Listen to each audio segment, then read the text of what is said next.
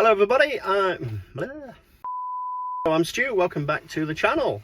It is week 3 of doing my level 2 City and Guilds 2365. So last time, if you remember, I completed some lighting circuits. We did the standard loop into the ceiling rows, down to the switch, up to the light. We changed that then to a 2 lights, so 2 lights on 1 switch.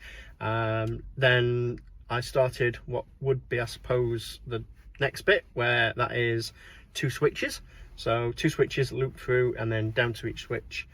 So 2 switches, 2 lights. Yeah, that's right, 2 switches, 2 lights.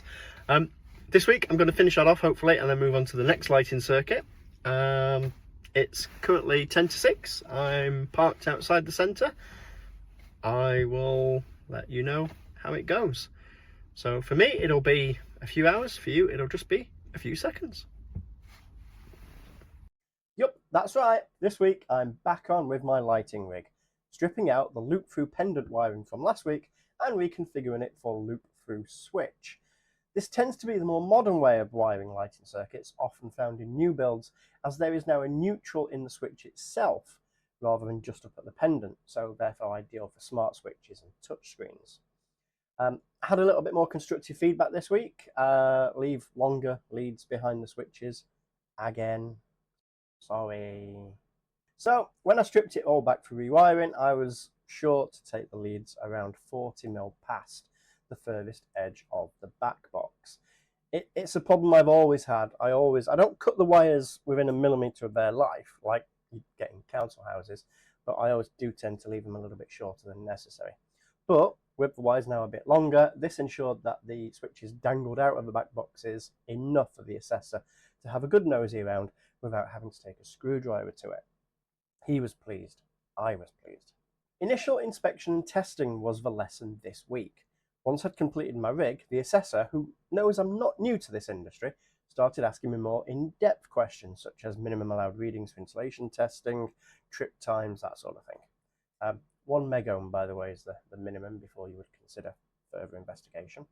And rather than the assessor just doing it for me on my rig to get the readings, he had me do it and explain to him the steps as, in order as I went through.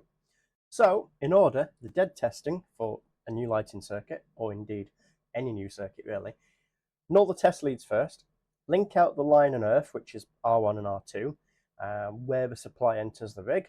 Now, that could be in the fuse box or consumer unit, that could be at a junction box, that could be at a plug, wherever the supply enters, link out line and earth.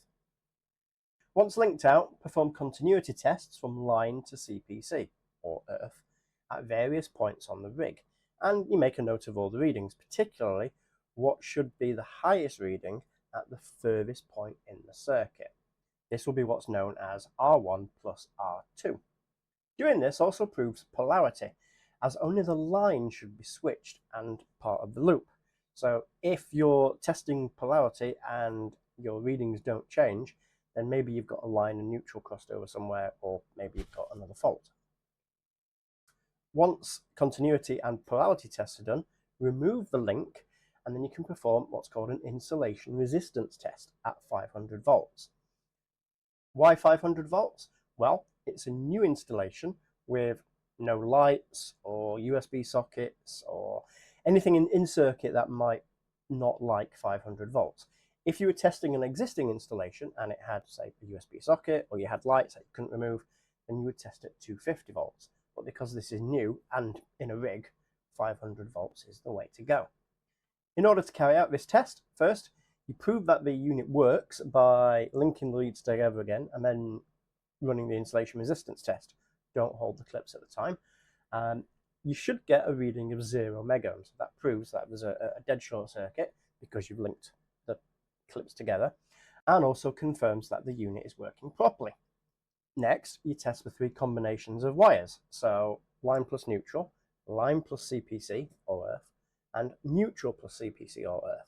The reason you test the 3 combinations like this is because you've got 3 wires in the circuit, line, neutral, and earth, and at this stage there should be nothing connecting them together. No lights, no USB sockets, no power packs, no transformers, nothing like that. So in effect they should all be separate paths. So you can test between any 2 of the paths, and there's 3 combinations, and you should get a clear result on each path. If you get a result that's less than 1 megohm, for example, the minimum allowed, that might mean that you've put a nail through a wire, or you've scuffed a wire in a back box, or some other problem that needs investigating. But all my tests gave me a reading in excess of 10 megohms, so they all passed. Finally, after doing this, prove that the meter still works again by connecting the leads together and running the test again. Again, don't touch the leads, 500 volts, to which I got 0 megohms, which proved then that the unit worked before, during, and after the test. Similar to what you would find in safe isolation, more on that at another time, but this proves that the meter hasn't suddenly developed a fault halfway through. After doing the testing myself and showing a fellow student how to do it, the feedback I got included the words, "excellent understanding of inspection and testing," and that gave me such a buzz. No pun intended. But I know I've still got lots to learn. Health and safety.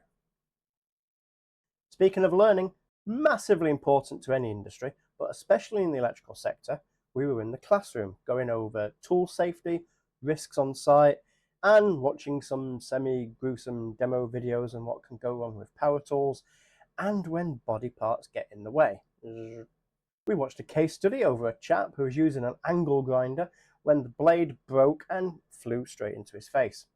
Luckily, his eyesight was saved by his safety goggles, and he will make a full recovery. But the point was made. Wear PPE. We had our first health and safety assessments as well for our portfolio, lifting and handling, and the safe use of a power tool. So we had to don the PPE and perform some exercises while being assessed.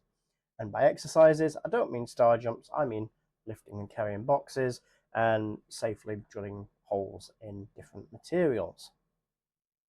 And remember, bend your knees when lifting.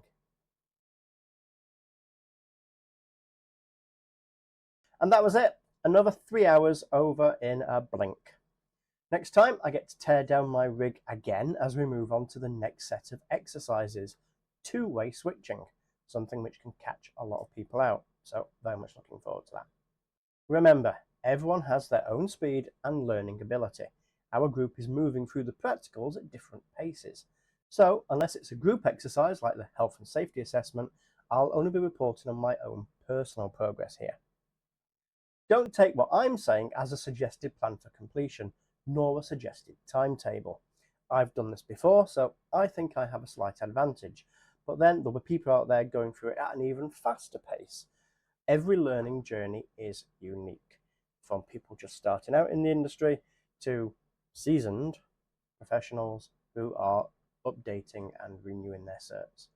Everyone is unique. I'm going on a journey to update my certifications from having an older domestic installer qualification towards becoming a full scope, more modern electrician. If my ramblings interest you and you want to follow along, please consider liking and subscribing. The next video, all about two-way switches, and rather than just me talking to the camera, I'm hoping to do a little bit of drawing for you. So, until then, thanks for watching, and you'll see me next time. Don't take what I'm saying as a What? Suggested time set. What?